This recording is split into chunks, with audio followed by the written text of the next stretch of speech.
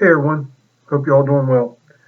So more and more calls on the right for Trump to call for martial law, and the left is screaming fascist, fascist, fascist. And I thought to myself, who's acting like a fascist? Is it Trump?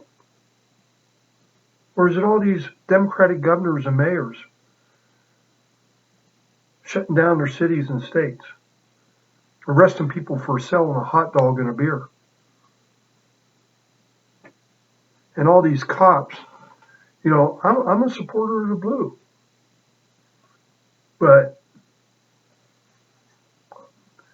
my local cops, my local sheriff, yeah, I support them wholeheartedly. But if the cops are going to disobey their oath to uphold the Constitution and arrest these people, like when Como went after the Jewish community there and they arrested a bunch of people, who's acting like fascists?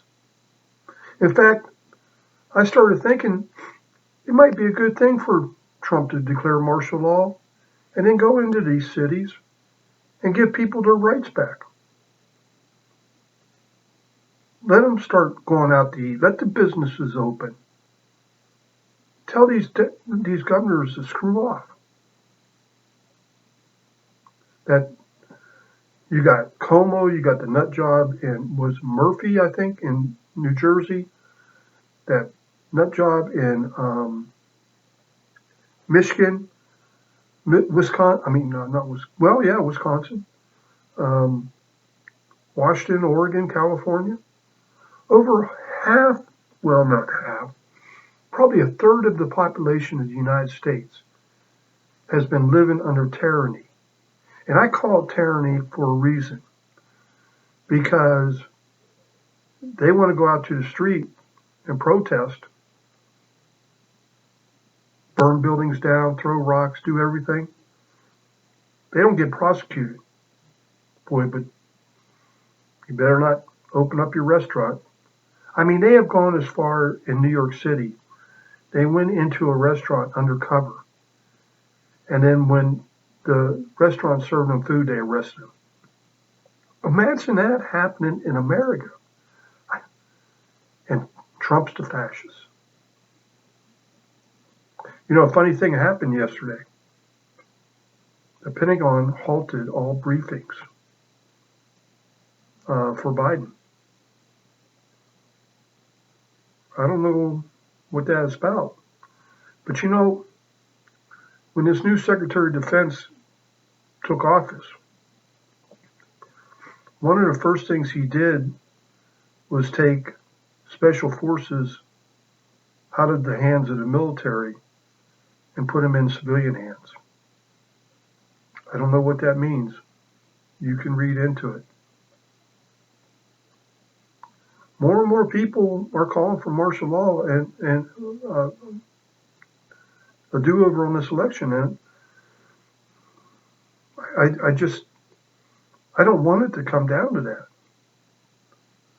But, the courts have failed us. Congress hasn't failed us yet. They haven't. They still got to accept the vote.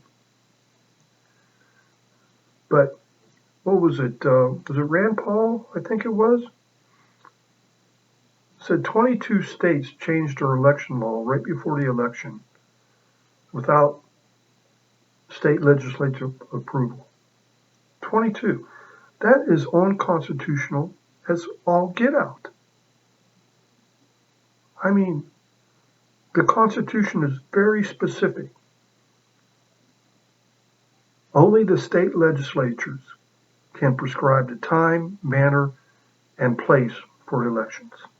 Only the state legislatures. Nobody else. And how the courts can ignore that is beyond me. I just don't understand. And these state legislatures, if they let this get away from them,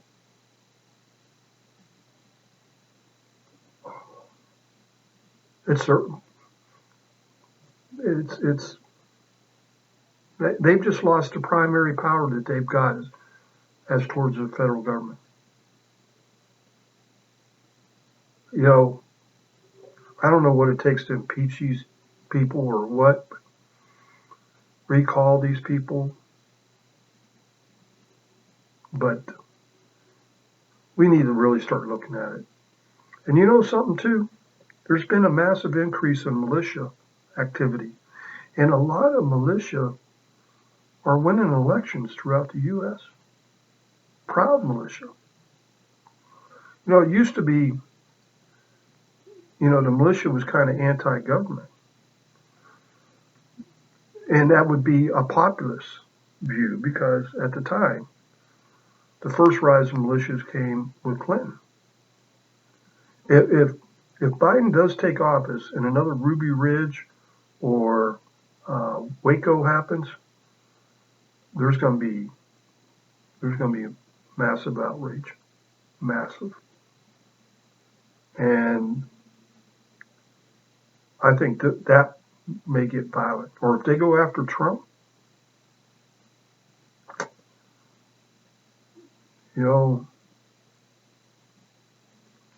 and I know a few people that'll be right there with them.